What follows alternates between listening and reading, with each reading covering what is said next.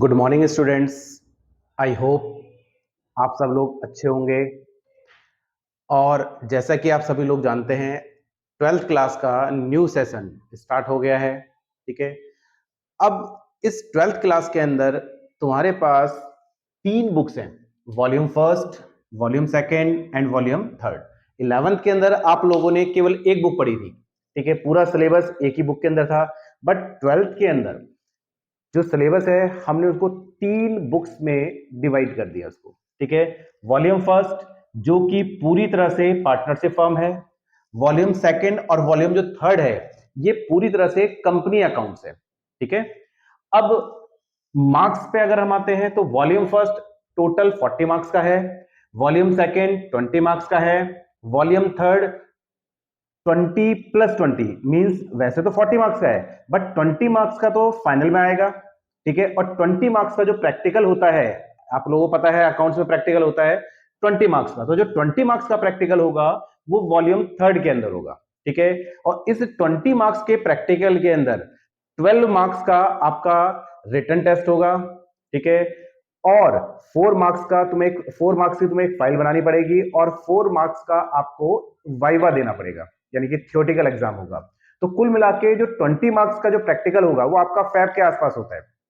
ठीक है। और जो फाइनल में जो आपके जो मार्क्स होंगे वो टोटल 80 मार्क्स का पेपर होगा फाइनल के अंदर।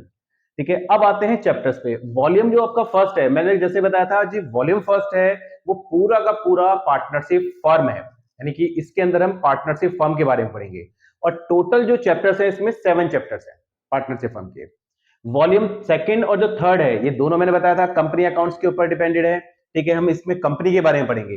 तो वॉल्यूम सेकंड के अंदर टोटल 3 चैप्टर्स हैं और वॉल्यूम थर्ड के अंदर 5 चैप्टर्स हैं।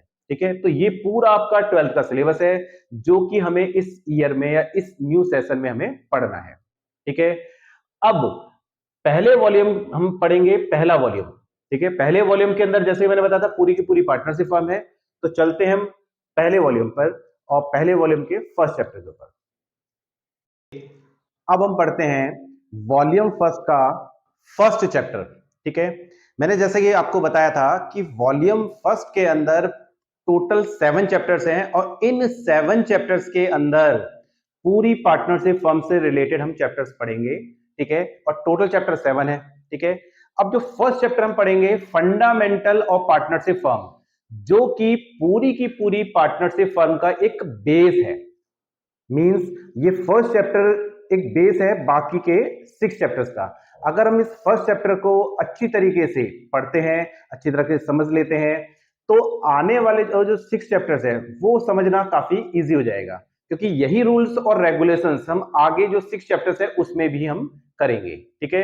तो ये कह सकते हैं कि फर्स्ट चैप्टर जो फंडामेंटल है ये पार्टनरशिप फर्म से रिलेटेड जो रूल्स और रेगुलेशंस है ये हमें उनके बारे में बताता है कि पार्टनरशिप क्या होती है। ठीक है। पार्टनर्स के क्या क्या राइट्स होते हैं, किस तरह से कैपिटल अकाउंट्स बनाए जाते हैं, मतलब पार्टनरशिप से रिलेटेड पूरे के पूरे रूल्स और रेगुलेशंस हम इसमें पढ़ेंगे। ठीक है। सबसे पहले देखो, फर्म्स 2 टाइप्स की होती है। फर्स्ट है सोल प्रोप्राइटरी फर्म, सेकंड है पार्टनरशिप फर्म। ठीक है। 2 टाइप्स की फर्म्स होती है।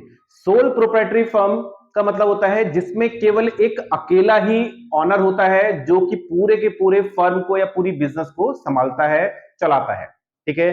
जो आप लोगों ने 11th के अंदर पढ़ा था, 11th के अंदर जो पढ़ा था आपने सोल प्रोप्राइटरशिप फर्म पढ़ा था। ठीक है। अब दूसरी तरह की जो फर्म होती है वो होती है पार्टनरशिप फर्म, जिसमें एटलीस्ट 2 पर्सन यानी कि कम से कम 2 व्यक्ति मिलकर बिजनेस को चलाते हैं। 2 व्यक्ति कम से कम होते हैं, मैक्सिमम जो इसकी लिमिट होती है 50 होती है। मतलब 2 से लेकर 50 पार्टनर्स तक या 50 पर्सन तक मिलकर जब किसी बिजनेस को चलाते हैं तो वो पार्टनरशिप फर्म कहलाती है। तो 12th के अंदर आप पढ़ेंगे पार्टनरशिप फर्म के बारे में। ठीक है। अब इसकी जो डेफिनेशन है पार्टनरशिप फर्म की, ठीक है, देखिए जो डेफिनेशन है वो पार्टनरशिप एक्ट 1932, पार्टनरशिप एक्ट 1932। देखो जो भी हम रूल और रेगुलेशंस पढ़ते हैं पार्टनरशिप से रिलेटेड वो पार्टनरशिप एक्ट 1932 के अकॉर्डिंग पढ़ते हैं।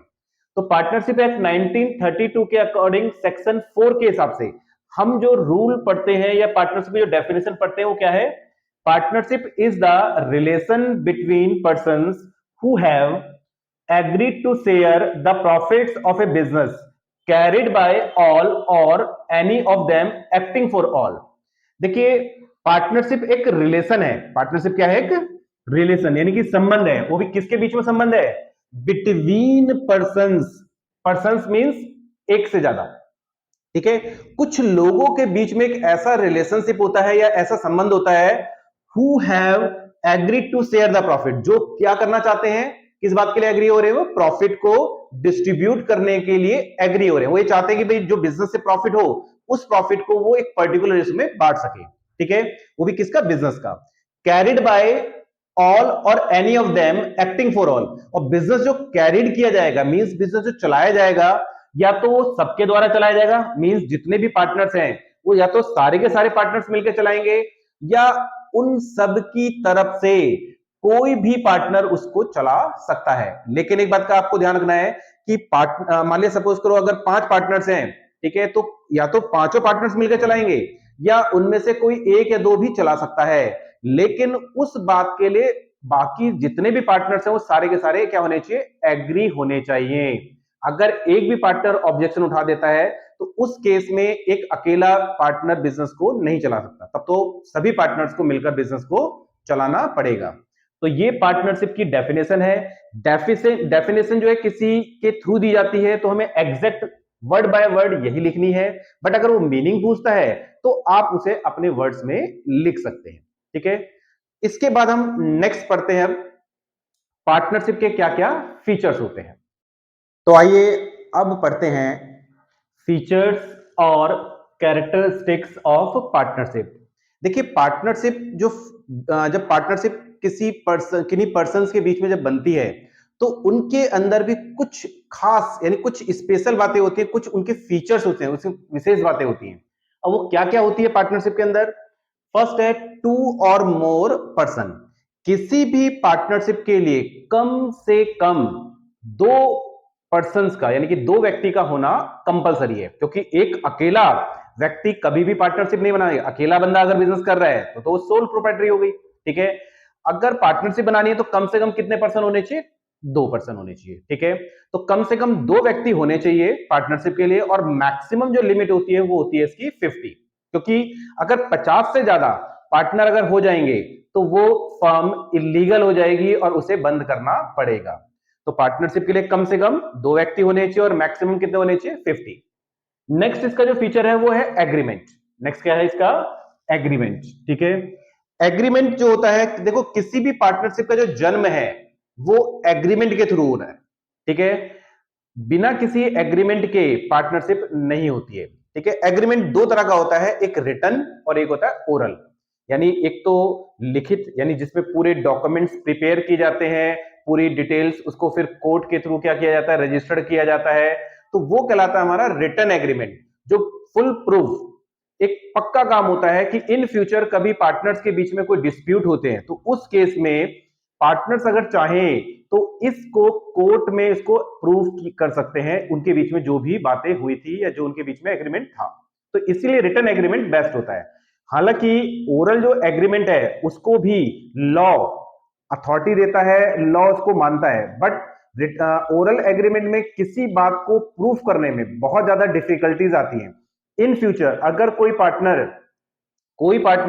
अगर फर्म के अगेंस्ट कुछ काम कर रहा है या किसी पार्टनर के अगेंस्ट कुछ काम कर रहा है तो उसके ऊपर जब केस किया जाएगा तो उसको प्रूफ करना काफी मुश्किल काम हो जाता है, क्योंकि उनके बीच में रिटन एग्रीमेंट नहीं है, ठीक है। तो एग्रीमेंट जो बेस्ट होता है वो क्या होता है? रिटन एग्रीमेंट बेस्ट होता है, जो कि फ्यूचर में हमारे लिए काफी यूजफुल रहता है। इसका नेक्स्ट है लॉफुल बिजनेस। देखिए, किसी भी पार्टनरशिप के लिए बिजनेस का होना जरूरी है, और बिजनेस का होना जरूरी है मतलब बिजनेस लॉफुल होना चाहिए, लीगल होना चाहिए। ऐसा ना हो कि बिजनेस उनके बीच में जो है वो इलीगल हो, ठीक है। अगर वो बिजनेस तो कर रहे हैं बट वो बिजनेस इलीगल है तो उस केस में भी उसको पार्टनरशिप फर्म नहीं कहा जाएगा, ठीक है। इसके बाद नेक्स्ट है प्रॉफिट शेयरिंग। देखिए, पार्टनर्स के बीच में प्रॉफिट डिस्ट्रीब्यूट होना चाहिए, भले ही उनके बीच की जो रेशो है वो किसी पार्टनर की कम हो सकती है, किसी की ज्यादा हो सकती है, बट उनके बीच में प्रॉफिट डिस्ट्रीब्यूट होना चाहिए एक पर्टिकुलर रेशो में।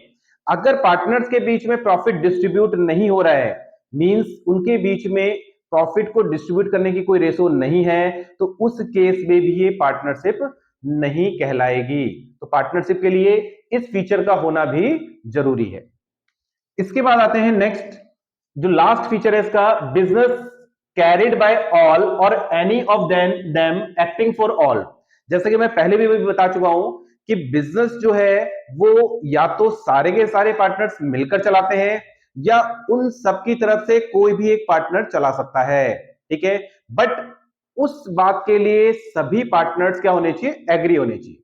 कोई भी एक पार्टनर अगर ऑब्जेक्शन उठाता है तो उस केस में कोई एक पार्टनर बिजनेस को नहीं चला सकता, तब सभी पार्टनर्स को चलाना पड़ेगा मिलकर, ठीक है। तो ये 5 फीचर्स हैं पार्टनरशिप के।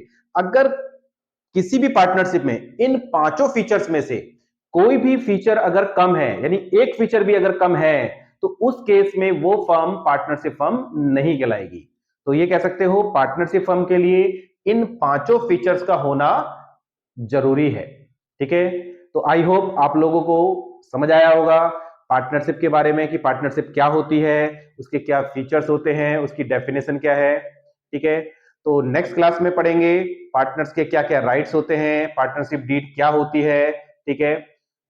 तो अगर आप सब लोगों को मेरा ये वीडियो पसंद आया, ठीक है, मेरा चैनल पसंद आया, तो आप इसको सब्सक्राइब कीजिए चैनल को, और ज्यादा से ज्यादा वीडियो को शेयर और लाइक कीजिए। Thank you.